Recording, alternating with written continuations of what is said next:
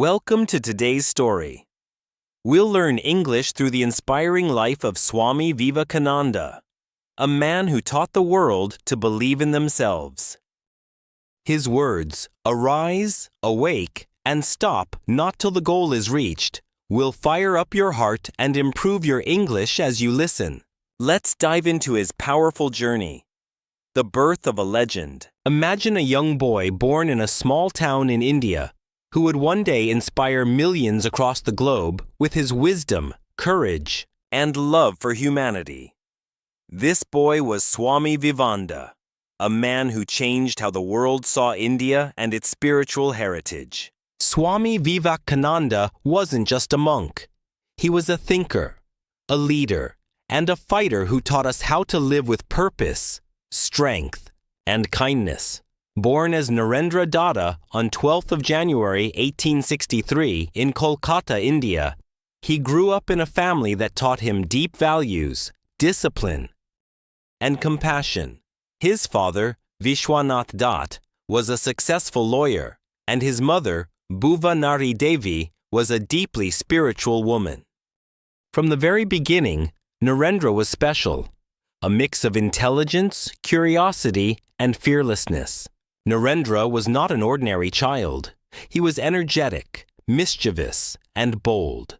But behind this playful nature was a brilliant mind and a kind heart. Let me share some of the most inspiring moments from his childhood. As a young boy, Narendra and his friends used to play near a big tree in their neighborhood. One day, an elder told them, "There's a ghost in that tree. Don't go near it." All the children became scared, except for Narendra. He said, "If there is a ghost, let me see it." He climbed the tree confidently and sat there for hours. When he came down, he told everyone, "There is no ghost. It was just your fear." This story teaches us how Swami Vivekananda always questioned superstitions and fear. He believed in seeking the truth and facing challenges boldly. Narendra's mother was his first teacher, and she taught him valuable lessons through small actions. Narendra's mind was like a sponge. He could read a book once and remember everything in it. His thirst for knowledge was unmatched. He would ask deep, challenging questions to his teachers like, "Have you seen God? What is the purpose of life? Why are some people poor and others rich?" While most teachers couldn't answer his questions, his hunger for truth only grew stronger. After his father passed away, Narendra's family faced financial struggles. There were days when they didn't have enough food. Do you know what he did? Narendra used to lie to his family saying, "I have already eaten." He wanted his mother and siblings to eat without worry. This self-act showed his deep love for his family and taught us the value of sacrifice. In his search for answers, Narendra met Sri Ramakrishna, a simple man who lived a spiritual life. When Narendra asked, "Have you seen God?" Ramakrishna replied, "Yes, I see God as clearly as I see you." This meeting changed Narendra's life forever. Ramakrishna became his mentor, teaching him that God lives in every human being and that serving humanity is the greatest form of worship. After meeting Sri Ramakrishna, Narendra's life began to change in ways he could never imagine. Ramakrishna wasn't just a teacher. He became a father figure, a guide, and the key to unlocking Narendra's true potential. But before we dive into his transformation into Swami Vivekananda, let's explore more stories that made him unforgettable. Even as a young man, Narendra had an incredible passion for reading. He would sit for hours lost in books about philosophy, science, history, and spirituality. It is said that he once borrowed a book from a library, finished reading it in a single day, and returned it the next morning. The librarian didn't believe him and asked, "Did you really read the book or just skim through it?" Narendra confidently replied, "Ask me anything from the book." The librarian was shocked when Narendra answered every question correctly. This love for knowledge wasn't just for himself. Narendra believed that education was the key to solving the world's problems. He would often tell others, Fill your mind with high thoughts, and you will always walk with your head held high. Narendra was a curious student who never accepted anything without proof. One day, he asked Ramakrishna, "How can I believe in God when I haven't seen him?" Ramakrishna smiled and said, "Close your eyes and meditate. You will feel God within you." At first, Narendra was skeptical, but after spending time with Ramakrishna, he started to experience something profound. He realized that God wasn't just in temples or books. God was in every living being. This realization shook him. Ramakrishna also taught him to serve humanity. If you want to see God, Ramakrishna said, serve the poor, the hungry, and the needy. That is the greatest worship. These lessons became the foundation of Swami Vivekananda's future mission. Narendra friends often asked him, "How do you remember everything you read?" He revealed his secret: focus. He would read with such concentration that nothing could distract him. Once, while studying, his friends were talking loudly nearby. When they stopped, they asked if they had disturbed him. Narendra looked up, surprised, and said, "I didn't even hear you." His ability to focus became one of his greatest strengths, helping him achieve incredible success later in life. He believed that true focus could help anyone overcome challenges. As Narendra's popularity grew, many admired his intelligence and charisma. One day, a wealthy woman approached him and said, "You are so brilliant and handsome. Will you marry me?" Narendra replied with a smile, "I am. I'm already married to truth and knowledge." The woman was shocked but inspired by his dedication. This story shows how committed Narendra was to his mission. He didn't let distractions or temptations pull him away from his path. After Ramakrishna passed away in 1886, Narendra felt lost. But soon he realized that his mentor had prepared him for a greater mission. Along with Ramak as other disciples, he began spreading his teachings. To dedicate his life to this cause, he renounced all worldly attachments and took the name Swami Vivekananda. But life wasn't easy as a monk. He often wandered from village to village with no money, no food, and no place to stay. Yet he remained determined. When people insulted him or turned him away, he only grew stronger. He believed, strength is life, weakness is death. In 1893, Swami Vivekananda received an invitation to represent India at the World's Parliament of Religions in Chicago. This was his chance to share India's spiritual wisdom with the world. But there was one problem. He had no money for the journey. Do you know what he did? Swami Vivekananda wrote letters to his followers asking for help. Some people donated money, while others gave him clothes and supplies. With their support, he finally boarded a ship to America. The journey wasn't easy. He faced racism, discrimination, and even hunger. But Swami Vivekananda never complained. He focused on his goal to make the world understand India's rich spiritual heritage. While on the ship, a fellow traveler asked him, "Why do you always speak so kindly to others, even those who insult you?" Swami Vivekananda smiled and said, "My mother taught me that a knife can either harm or help. I choose to use my words to heal, not hurt." This simple answer showed the depth of his wisdom and compassion. When Swami Vivekananda reached Chicago, he realized something shocking. The people there looked down on him because of his Indian clothes and dark skin. At first, he struggled to find a place to stay or food to eat, but he didn't give up. It was November 11th, 1893, and the hall at the World's Parliament of Religions in Chicago was filled with scholars, thinkers, and spiritual leaders from all over the world.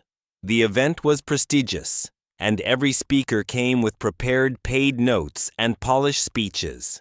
Swami Vivekananda, however, had no written speech. He only carried his faith, wisdom, and love for humanity. When his turn came, he stood up in his traditional saffron robes, looking calm and composed. The moment he said, "Sisters and brothers of America, something magical happened. The audience, which had been formal and serious until then, erupted in applause. The hall echoed with claps, cheers, and whistles for nearly 2 minutes. People were moved, not just by his words, but by the way he addressed them with warmth and inclusivity. Swami Vivekananda didn't speak to impress. He spoke to connect. He spoke about the essence of India's spiritual teachings and the importance of harmony among religions. Here are some key points from his speech. Unity in diversity. He explained how all religions are paths to the same truth. He said, as the different streams, having their sources in different places, all mingle their water in the sea, so, O Lord, the different paths which men take all lead to Thee. This message of unity touched everyone's hearts. The spirit of tolerance. He shared how India had welcomed people of different faiths for centuries. I am proud to belong to a nation which has sheltered the persecuted and the refugees of all religions and all nations of the earth. He said, a warning against religious intolerance. Swami Vivekananda didn't shy away from pointing out the dangers of religious fanaticism. He called for love and respect among all faiths, saying that hatred only leads to destruction. The audience was captivated. They listened to him for over 2 hours, completely mesmerized. Many people later said, it felt as though they were listening to a divine voice. Some even had tears in their eyes, feeling inspired and humbled. After his speech, Swami Vivekananda became an instant celebrity. Newspapers across America praised him, calling him a spiritual genius and the voice of India. People from all walks of life wanted to meet him, learn from him, and understand more about India's spiritual heritage. His calm demeanor, sharp intellect, and magnetic personality made him a favorite among everyone. It wasn't just what he said, it was how he made people feel. He gave them hope, strength, and a new way of looking at the world. Before Swami Vivekananda's speech, many Westerners had a narrow and often negative view of India. They thought of it as a land of poverty, superstitions, and snake charmers. But after hearing him, their perspective changed completely. One American woman wrote in her diary, if this is what Indian culture produces, then we must learn from them. His words have the power to not only educate, but also inspire respect and admiration for India. After the Parliament, Swami Vivekananda spent several months traveling across the United States, giving lectures and meeting people everywhere he went. Large crowds gathered to hear him speak. He talked about topics like the importance of self-confidence, the need to rise above selfishness and greed, the value of helping others. He also gave simple yet profound teachings like, take risks in life. If you win, you can lead. If you lose, you can guide. People often asked him, Swami, how can we live a good life?